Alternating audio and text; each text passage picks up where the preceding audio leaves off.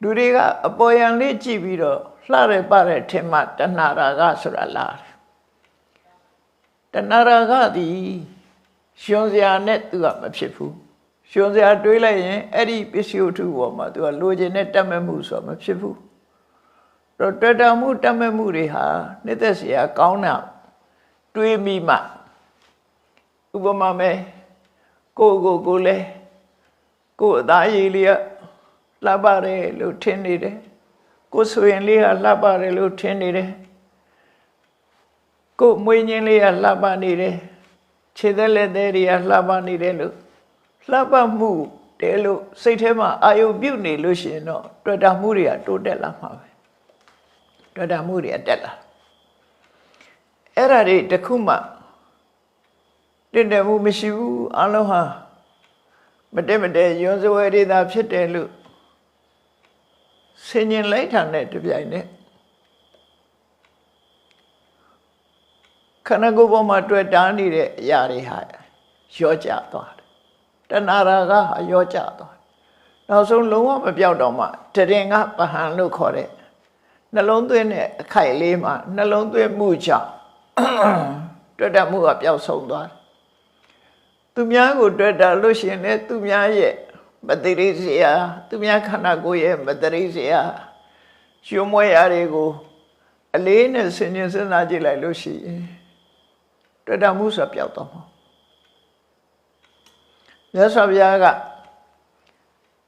မာဂန္ဒီပုံနာကြီးကိုပြောတဲ့စကားလိုပဲတကယ်တော့မာဂန္ဒီဆိုတာအရွယ်လေးကလည်းငယ်တယ်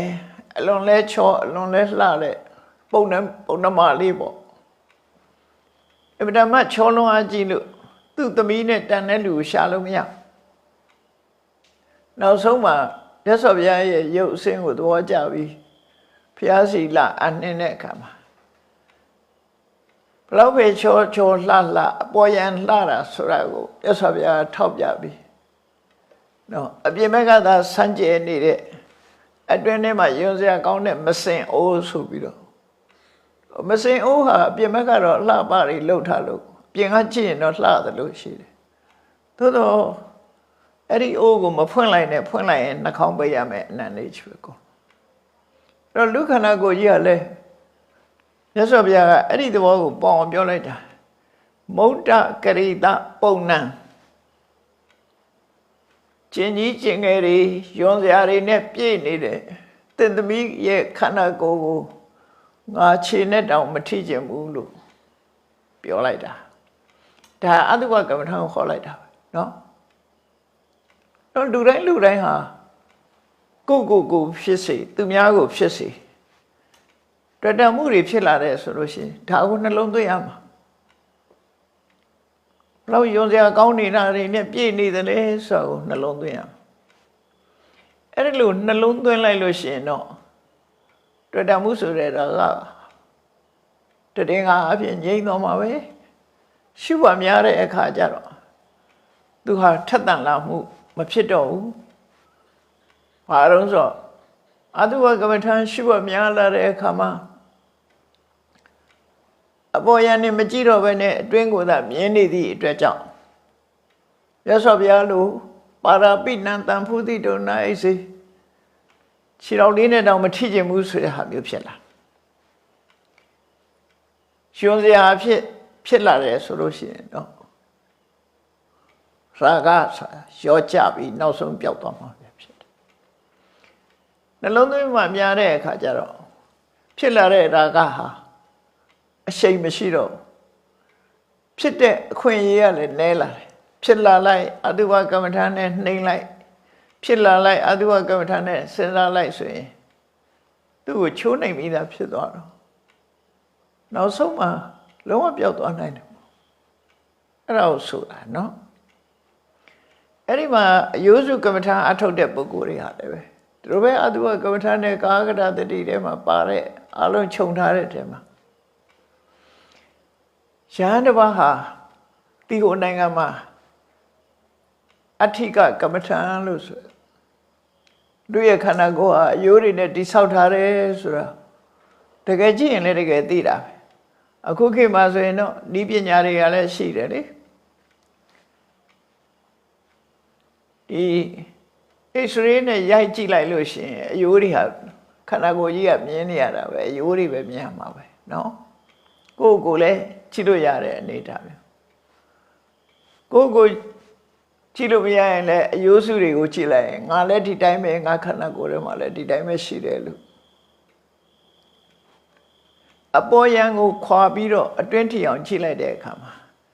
အယိုးတွေကြီးပဲမြင်လာနိုင်တယ်လှုပ်ရှားသွားလာနေတဲ့အရာတွေအလုံးကိုအယိုးစုနဲ့ပဲအယိုးစုမြင်နေကြဖြစ်သွားပြီးတော့အယိုးလိုပဲမြင်နေတဲ့ skeleton ဆိုတဲ့အယိုးဘုတ်အယိုးရုပ်ကြီးပဲမြင်နေမှာရှုရများရင်အဲ့လိုဖြစ်လာအဲ့ဒီယဟန်တစ်ပါးဟာအယိုးစုကမ္မထံပွားတော့ဘသူကြည့်လိုက်အယိုးပဲမြင်နေတယ်နောက်ဆုံးမှာအနုရဒပူရာကအိမ်သားနဲ့စိတ်ဆိုးပြီးထွက်လာတဲ့အမျိုးသမီးတူနဲ့လမ်းမဆုံတော့အဲ့ဒီမျိုးသမီးကအဖော်ရလို့ရညာဆိုပြီးတော့ရဟန်းကိုတွေ့တဲ့အခါမှာပြုံးပြတော့သူ့သွားကိုမြင်လိုက်တယ်အဲ့ဒီသွားလေးကနေပြီးတော့ဆက်ပြီးပါတယ်မြင်သွားတော့ဆိုအယိုးစုတွေမြင်သွားတယ်နောက်ကသူ့ရဲ့မျိုးသားနောက်ကလိုက်လာပြီးတော့အရှင်ဘုရားဒီနာအမျိုးသမီးတယောက်သွားတာမတွေ့လိုက်ဘူးလားလို့ဆိုအဲ့ဒီဟန်ကဘာမေ့ရှိတော့ဆိုနာဘိသန္နာမိအိဋ္ဌိဝါပုရိသောဝါအိဋ္ဌိဝါပုရိသောဝါဤတောကတော်ဒီနာသွားတာအမျိုးသားလားအမျိုးသမီးလားငါမသိလိုက်ပါဘူးအယိုးစုကြီးတစ်ခုတော့သွားတယ်ဒီနာသွားတာမှန်တယ်အယိုးစုတစ်ခုတော့ဒီနာဖြတ်သွားတယ်လို့ပြောအဲ့တော့ကမ္မထာရဲ့အာယုံကြောင့်မို့လို့သူဟာအယိုးစုလိုပဲမြင်လိုက်တော့တာအမျိုးသမီးလို့တော့မသိလိုက်တော့အဲ့ဒီကမ္မထာသာလက်ကင်မရှိဘူးဆိုရင်တွေ့တာမှုဆိုတာဖြစ်လာနိုင်တယ်ပေါ့ဒါကြောင့်မို့လို့မကြမ်းမာတဲ့ပုဂ္ဂိုလ်တွေဟာကိုယ်ခန္ဓာပဲဖြစ်စေကိုယ်နာမှာပြုစုတဲ့ပုဂ္ဂိုလ်ရဲ့ခန္ဓာမှာပဲဖြစ်စေအလုံးဟာလက်သက်ဖွယ်ရမကောင်းဘူးရွံစရာအတိဖြစ်တယ်ဆိုတာကိုအချိန်ချင်းထပ်တွေ့တာမှုတွေပြောက်ကင်းသည့်ထီအောင်နှလုံးသွင်းလိုက်ပါတဲ့အဲ့ဒီနှလုံးသွင်းလို့ရှိရင်တဏှာရာဂကိုဖယ်ခွာပြီးတော့နောက်ဆုံးအသိဉာဏ်နဲ့တက်သွားပြီးယဟန္တာထီအောင်ဖြစ်သွားနိုင်ပါတယ်ဒါကမ္မထာတစ်ခုနော်ကမ္မထာတစ်ခုပေးတာဒီကမ္မထာကတွေ့တာမှုဆိုတဲ့ကိုယ့်ကိုတွေ့တာမှုသူများကိုတွေ့တာမှုဆိုတဲ့ပုံမှာအစွမ်းအထက်ဆုံးဆေးတစ်ခွက်ပဲအာနာပါနလုံနေလို့ရှိရင်ဒါမျိုးဖြစ်ချင်မှဖြစ်မှာအာနာပါနဆိုတာတမာရီတော့ရာကောင်းရသွားလိမ့်မယ်တခြားကမ္မထာနှလုံးသွင်းနေလေကိုယ့်ကိုတွေ့တာမှုသူတော်ဘာပေါ်မှာတွေ့တာမှုဆိုတဲ့တွေ့တာမှုကိုတိုက်ရိုက်ဖယ်ရှားဖို့ဆိုတာတခါတလေအစွမ်းထက်ချမှတ်တယ်ဆေးဆိုတာအထွေထွေယောဂကုတဲ့ဆေးရှိတယ် special ကုတဲ့ဆေးရှိတယ်ဒါအဲ့ဒီတွေ့တာမှုကိုတွေ့တာမှုသူတော်တွေ့တာမှုပါ special ကုတဲ့ဆေးမျိုးပဲဒီဆေးကိုတောက်လိုက်ဒီတရားကိုနှလုံးသွင်းလိုက်လို့ရှိရင်အဲ့ဒီအကျိုးကျေးဇူးတွေရလာမယ်ပြောတယ်နောက်တစ်ခုကတော့ဘာနှလုံးသွင်းရမလဲဆိုရင်အာဟာရိပฏิကူလတင်ညာတဲ့ကိုစားတဲ့အစာအာဟာရတွေနဲ့ပတ်သက်ပြီးတော့ရုံစရာတွေကိုတွေးတောကြည့်ပါအစာအာဟာရနဲ့ပတ်သက်ပြီးရုံမွဲရာတွေကိုတွေးတောပါရသော်အပြင်စဉ်းစားကြည့်ဘာလေးကကောင်းတယ်ဘယ်ဟင်းလေးကကောင်းတယ်ဘယ်အသီးနှံလေးကကောင်းတယ်ဆိုပြီးတော့ကောင်းတာပဲတွေးပြီးတော့စားကြတာဟောအဲ့ဒါလို့စားမယ်ဆိုရင်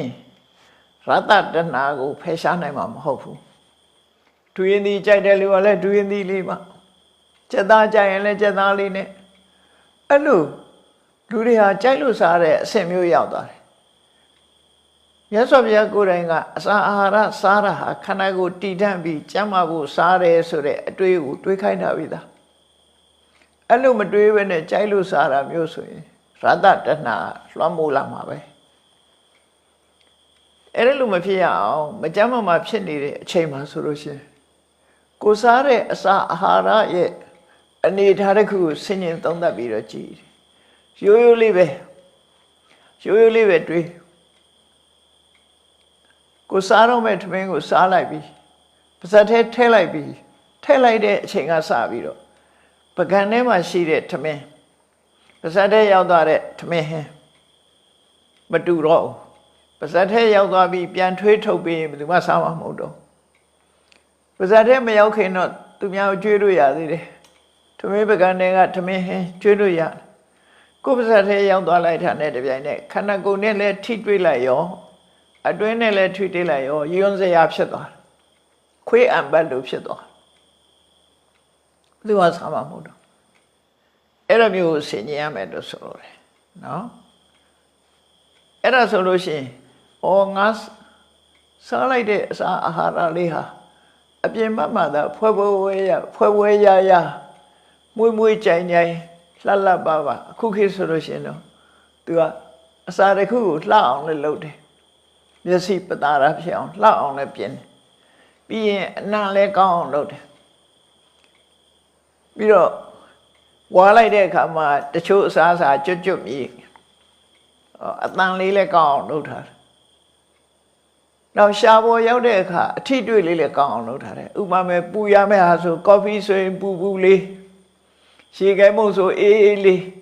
ဒါအထီးတွေ့ပဲကောင်းပြင်ဆင်ထားကြတာအရသာလည်းကောင်းအဲ့လိုအလုံးချိန်ကြည့်လိုက်မယ်ဆိုရင်စားတဲ့အချိန်မှာမျက်စိရဲ့မြင်ကွင်းလဲလှတယ်လှအောင်ပြင်ဆင်ထားတယ်အနံ့ကလည်းကောင်းတယ်ရှားပေါ်ရောက်တဲ့အခါအပူအေးအထီးတွေ့ရလည်းကောင်းတယ်အဲ့မှာရှားကိစ္စမဟုတ်သေးဘူးเนาะအနံ့လေးကလည်းကောင်းတယ်အနံ့ကလည်းအနံ့မကောင်းရင်လည်းမရဘူးအနံ့လည်းကောင်းတယ်အထီးတွေ့လည်းကောင်းတယ်ရှားရဲ့အရသာမှလည်းကောင်းတယ်ဆို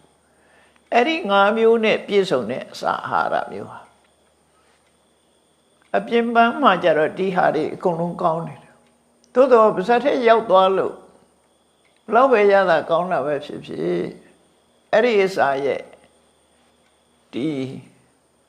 အရေးချင်းတစ်ခုကပြတ်သွားတယ်ရွှန်းစရာပဲရောက်သွားပြီပါဇက်ထဲထည့်လိုက်တာနဲ့ရွှန်းစရာဖြစ်သွားပြီအစာတစ်ခုစားတဲ့အခါမှာစဉ်းစားပြီးတော့ကြည့်ကော်ဖီတောက်တယ်ဆိုတော့ကော်ဖီတောက်တယ်ဆိုရင်ကော်ဖီပူလေးတောက်ချင်တဲ့ပုဂ္ဂိုလ်ကအေးနေရင်မကောင်းအဲ့တော့ပူတာအေးတာကိုသိတာပါတော့ဆိုလို့ရှိရင်ဖုဒ္ဓဘာယုံကိုသိတဲ့ကာယဝိညာဉ်စိတ်ဖြစ်တယ်အဲ့ဒီအချိန်မှာဒီအချိန်မှာအရသာမဟုတ်သေးဘူးပူတာအေးတာဖုဒ္ဓဘာယုံနဲ့ဆိုင်တယ်နောက်ပထမဆုံးကကော်ဖီအနံ့ကလေးကမှုေးတယ်ဒါနှာခေါင်းနဲ့ဆိုင်ရှာနဲ့ကိုမဆိုင်သေးဘူးနှာခေါင်းနဲ့ဆိုင်တယ်အထီးတွေ့ကာယပတာရနဲ့ဆိုင်တယ်